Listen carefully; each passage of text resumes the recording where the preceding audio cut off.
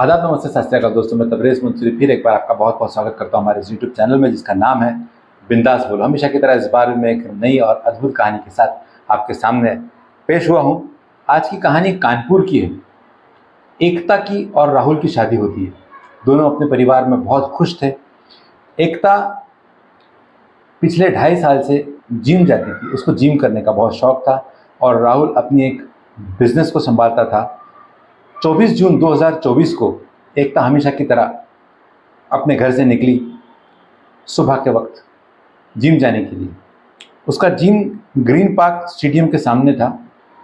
ये green park stadium Kanpur में काफ़ी फेमस है। 24 जून को भी हमेशा की तरह ये अपने घर से जिम जाने के लिए निकली, पर वो लौट के नहीं आई। इसका पति राहुल गुप्ता उसका इंतज़ार करता रहा। इंतज़ार की जब एक हद पार हो गई तो उसने उसके दोस्तों को फ़ोन करना शुरू किया, एकता के, कि कहीं पर वो है क्या किसी के साथ गई हो, या क्या प्रॉब्लम है। कुछ पता नहीं चला। जिम में जाकर उसने पूछा, जिम में पता चला कि वो तो घर पे जा चुकी है। उसने एकता के और अपने खुद के रिश्तेदारों को फ़ोन किया, सारी जगह उसने फ़ोन किया। सब कुछ करने के बाद में उसको ये कॉन्फिडेंस होगा कि अब एकता गायब हो गई है, और इसको एकता की फ़िक्र के साथ साथ उन 2 बच्चों की भी फ़िक्र थी जो इन दोनों के थे, एकता और राहुल के। सीधा सीधा ये राहुल पहुंच गया पुलिस स्टेशन। पुलिस स्टेशन जाकर उसने कंप्लेन लिखानी चाहिए, मगर पुलिस वाले इस मामले को थोड़ा सा हल्के में लेने लगे। एक पुलिस वाला कहने लगा कि शायद आपकी बीवी किसी के साथ भाग गई होगी। दूसरा कहने लगा कि आपकी बीवी का शायद किसी के साथ में कोई अफेयर होगा। और ये राहुल कहता रहा कि मुझे शक है कि उसका अपहरण हो गया है। आप मेरा ये केस रजिस्टर करिए और रजिस्टर करके इंक्वायरी करिए। पुलिस ने उसका कोई ख़ास ध्यान में नहीं दी। उसके बाद वो फिर पुलिस स्टेशन गया। दूसरे, तीसरे दिन, चौथे दिन जब वो बार बार जाने लगा पुलिस स्टेशन, तो पुलिस को ऐसा लगा कि हाँ, इसमें कुछ शायद ज़रूर कुछ सीरियस बात है। और 3-4 रोज़ हो गया था, तो पुलिस को ऐसा लगा कि हाँ, अब तक अगर कोई रिश्तेदार के पास गई होती तो ज़रूर वो अब तक लौट के आ जाती, या उसकी कोई ना कोई खबर ज़रूर आ जाती राहुल तक। पुलिस ने राहुल को सेटिस्फाई करने के लिए एफआईआर तो लॉन्च कर दिया, मगर उसके बाद भी पुलिस ने इसमें कोई ख़ास एक्शन नहीं दिखाया। राहुल फिर पुलिस स्टेशन के चक्कर काटता गया लगातार, क्योंकि इसको ये पूरी तरह से घर में लॉक हो गया था 2 बच्चों की वजह से। अगर ये 2 बच्चों को छोड़कर किसके पास जाता, अगर ये 2 बच्चों को छोड़कर जाएगा घर पर, तो बच्चों का ख्याल कौन रखेगा, ये सोचकर वो बहुत ज़्यादा परेशान था। और वो इसी वजह से बार बार पुलिस स्टेशन जा रहा था। और इसको फिक्र भी थी अपनी पत्नी की कि मेरी पत्नी अचानक कहाँ चली गई, ज़मीन खा गई, आसमान निकल गया, कहाँ चली गई। अब उसने एक लेटर लिखा जिसमें ये पूरा मामला लिखा कि 24 जून 2024 को मेरी पत्नी हमेशा की तरह जिम जाने के लिए निकली। जिम का एड्रेस वगैरह पूरी डिटेल्स लिखा। डिटेल्स लिखकर वो लेटर को उसने डिस्पैच करवाया to senior PI, ACP, DCP, additional CP, joint CP, CP home, हर जगह जहाँ जहाँ वो डाल सकता था सब जगह उसने लेटर डाला। लेटर डालने के बाद कुछ दिन तक और फिर उसने इंतज़ार किया, पर उसका भी जवाब नहीं आया, कोई रिप्लाई नहीं आया। ये बहुत ज़्यादा परेशान होता गया। इसको याद आया कि इसकी एक कज़िन बहन है जो वहीं पर कानपुर में ही आईबी में है, इंटेलिजेंस ब्यूरो में। इसने उससे संपर्क किया और उससे कहा कि ऐसा ऐसा मेरा मामला है और मैं बुरी तरह से अटका हूँ, प्लीज़ मेरी हेल्प करो। उसने अपने सुपीरियर से कहा, और सुपीरियर से कहने के बाद में सुपीरियर्स ने लोकल पुलिस स्टेशन में फ़ोन किया और वहाँ पर बात की। तब जाके पुलिस थोड़ी सी हरकत में आई। राहुल ने पुलिस स्टेशन में जाकर ये भी कहा कि मुझे ऐसा लगता है कि वो जिस जिम में जाती थी एकता, उस जिम का ट्रेनर है जिसका नाम है विमल सोलंकी। मुझे ऐसा शक है, मुझे डाउट है कि विमल सोलंकी ने इसका अपहरण किया है। आप कृपया करके उसे तुरंत अरेस्ट कीजिए ताकि आपको सच्चाई का पता चल सके। पुलिस ने जब आईबी से उनको फ़ोन आया, एक प्रेशर आया, पुलिस ने 6-7 टीम बनाई इसको पकड़ने के लिए और इस मामले की तहकीकात करने के लिए कि एकता कहाँ चली गई, अचानक गायब हो गई। और जिस दिन से एकता गायब हुई थी उसी दिन से विमल सोलंकी भी गायब हुआ था, ऐसा तहकीकात में पुलिस को फर्स्ट डे ही पता चल गया। और विमल सोलंकी जो था ये एक जाना माना इंसान था उस इलाके का। वो बड़े बड़े सेलिब्रिटीज़ को, वहाँ के जो जैसे जज है, गवर्नमेंट सर्वेंट है, जैसे बड़े बड़े ऑफिसर्स है, बड़े बड़े अधिकारी है, उन लोगों को ये जीन सिखाता था घर पर जाकर। और ये सब पुलिस को पता चला और पुलिस ने अपने जितने भी इन्फॉर्मर्स थे सबको काम पे लगाया, ये देखने के लिए कि विमल सोलंकी कहाँ मिलेगा।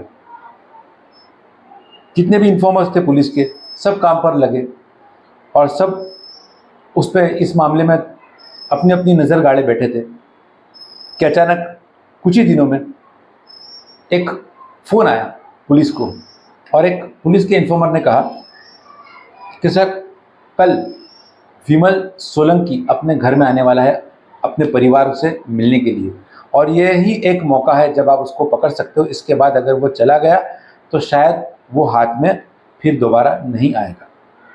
पुलिस अब इस मामले को, ये जो इसने कंप्लेन किया पुलिस ने, जो ये सारे मामले को हो चुका था 4 महीने, यानी एकता को गायब होकर 4 महीने हो गए थे। 4 महीने के बाद में पहली बार विमल सोलंकी की इंफॉर्मेशन इनको मिली।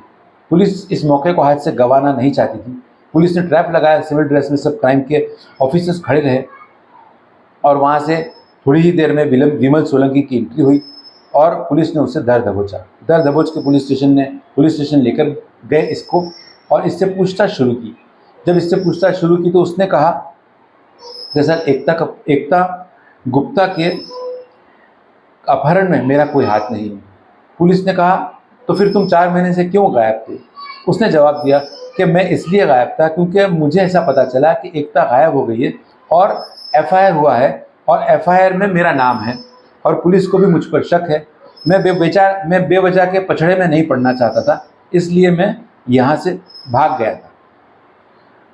पुलिस ने उससे थोड़ा सा सख्ती से पूछा तो उसने कहा ठीक है, चलिए मैं आपको बताता हूँ एकता कहाँ पर है। और उसने कहा, ये एक्सेप्ट किया उसने कि मैंने एकता का खून कर दिया, कत्ल हो गया मेरा हाथ से, चलिए मैं आपको बताता हूँ कहाँ है। पुलिस को लेकर गया और कहा कि गंगा नदी के पास में, मैंने उसको गंगा नदी के अंदर बहा दिया मार के। पुलिस ने कई सारे गोताखोरों को उसमें डुबकी लगवाई गंगा नदी में और आसपास के इलाके में पूरे तहकीकात की पुलिस ने पूछताछ की कि ऐसी ये तरीके की कोई लाश किसी ने देखा है क्या, मगर वहाँ पर लोगों ने बताया कि नहीं, हमने इस तरह की कोई भी लाश को नहीं देखा यहाँ पर।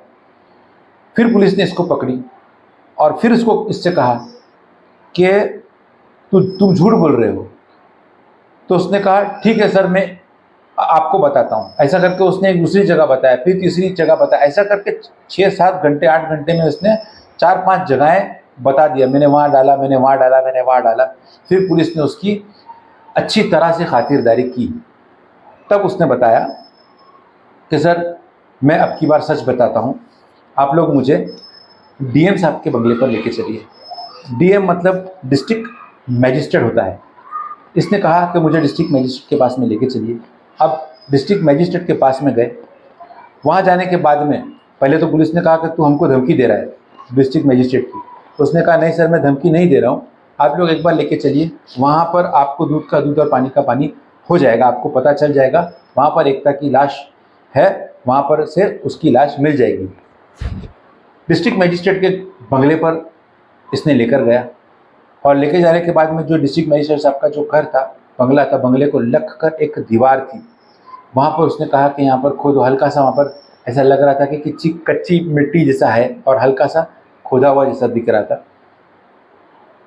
इसने कहा कि यहाँ पर खोदिए। पुलिस ने वहाँ पर खोदा। खोदने के बाद में पहले तो लोअर और टी शर्ट निकला उससे, यानी कि 4-5 फीट खोदने के बाद में।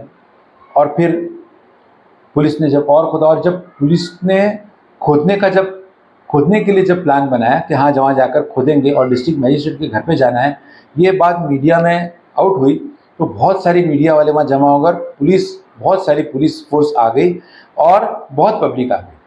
और फिर वहाँ पर खोदने पर लोअर मिला और फिर उसका टॉप मिला और उसके बाद में इसका कंकाल मिला कंकाल मिलने के बाद में हड़कंप मच गई। पुलिस ने उसको ताबे में लिया, ताबे में लेकर उसको जो भी उनका प्रोसीजर होता है पोस्टमार्टम वगैरह के लिए भेजा गया, डीएनए चेक करने के लिए कि ये एकता की ही लाश है या किसी और की। रिपोर्ट आई कि हाँ, ये एकता गुप्ता की ही लाश है। और पुलिस ने फिर उससे पूछा कि ये सब क्यों किया था तुमने। उसने बताया कि एकता का और मेरा पिछले कुछ सालों से अफेयर चल रहा था। वो मुझ पर फिदा हो गई थी मेरी फिजिक वगैरह देखकर, और हम लोगों का अफेयर चल रहा था।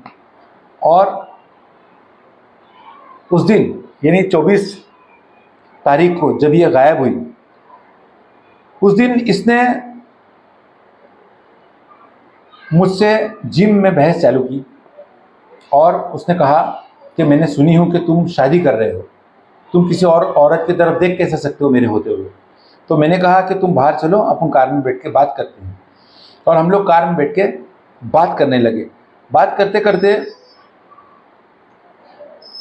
उसकी और मेरे बीच में गर्मा गर्मी हो गई। गर्मा गर्मी में मेरा हाथ उड़ गया और मेरा एक फाइट मैंने उसको मुंह पे मार दिया, और जिसकी वजह से उसकी नाक में से खून आने लगा और उसने उसी वक्त दम तोड़ दिया।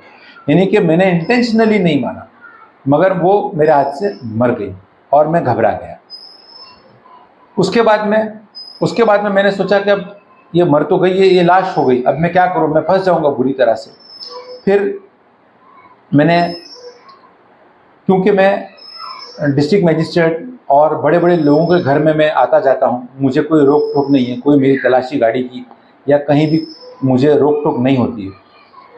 तो मैं कार लेके सीधा डिस्ट्रिक्ट मजिस्ट्रेट साहब के पास में चला गया और वहाँ जाकर मैंने खड्डा खोदा। खड्डा खोदने के बाद में इसको वहाँ पर मैंने दफना दिया। दफनाने के बाद में मैंने गाड़ी अपनी बहन के यहाँ पर छोड़ दिया और अपने भतीजे को फ़ोन किया और कहा कि मेरे कुछ कपड़े तुम लेकर आ जाओ, मुझे कहीं आउट ऑफ मुंबई जाना है। और विमल सोलंकी ने कपड़े मंगवाए। कपड़े मंगवा कर वो वहाँ से निकल गया। वहाँ से वो एक जगह गया, एक जगह से फिर दूसरी जगह, दूसरी जगह से तीसरी जगह, वो पंजाब गया। सबसे पहले वो महोबा गया, महोबा से पंजाब गया, पंजाब से कहीं और, फिर उसके बाद कहीं और, ऐसा घूमते घूमता रहा।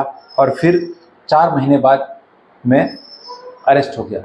यहाँ पर इसका जो पति था राहुल गुप्ता का परेशानी से बुरा हाल।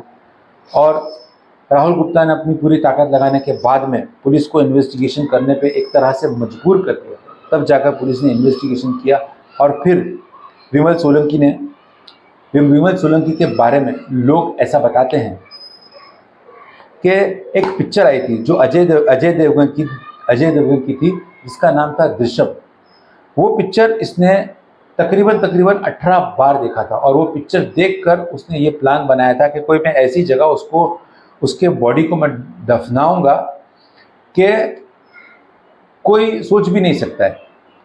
एक तो ये बात। दूसरी ये बात ऐसी है, खैर उसको पुलिस ने गिरफ्तार किया है अभी, और वो पुलिस कस्टडी में भी है। और अभी ये 2024 का ही मामला है, इसके लिए कोई फैसला अब तक आया नहीं है।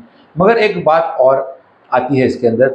इसमें ऐसा बताया जाता है इसकी कहानी में कि 5 से 7 फीट गड्ढा उसने खोद के उस लेडी को, यानी एकता गुप्ता को, उसके अंदर गाड़ दिया, दफना दिया। मगर मैं इस बात से सहमत नहीं हूं, और मेरे जैसे काफ़ी लोग शायद सहमत नहीं होंगे, कि एक इंसान एक ही दिन में, यानी जब उसका सीसीटीवी देखा गया, ये अंदर गया डिस्ट्रिक्ट मजिस्ट्रेट साहब के बंगले के अंदर, गाड़ी लेकर गया उस दिन जब उसकी लाश अंदर थी। ये अंदर गया, अंदर जाने के बाद में 45 मिनट में वापस बाहर आते हुए उसका सीसीटीवी कैमरा में आया था। मतलब वो 45 मिनट के अंदर वो वहाँ पर गया। वहाँ जाके उसने 5 से 7 फीट का गड्ढा खोदा, और गड्ढा खोदने के बाद में एकता गुप्ता को उसमें दफनाया और फिर पूरी मिट्टी डाला, और मिट्टी डालने के बाद में ये लौट कर आ गया। ये मुझे नहीं लगता है पॉसिबल है। मेरे हिसाब से this is very much impossible. ये हो ही नहीं सकता है कि एक इंसान अकेला, हाँ चलो 3-4 लोग 5 लोग अगर हो तो ये पॉसिबल माना जा सकता है, मगर एक अकेला इंसान 5 से 7 फीट गड्ढा खोदता है और खोदने के बाद में किसी एक इंसान को उसमें डालता है, और फिर वो 5 से 7 फीट गड्ढे के ऊपर उतनी मिट्टी भी डालता है, ये 45 मिनट में पॉसिबल नहीं है। मुझे ऐसा लगता है कि ये करने के लिए एक अकेले इंसान को तकरीबन 6-7-8 घंटा लगेगा, या उससे भी ज़्यादा। तो खैर, जो मामला सामने आया, जो सोर्सेस से और जो इंटरनेट से वगैरह वगैरह, जहाँ से भी जो भी चीज़ें मुझे पता चली वो मैंने आपको बताया।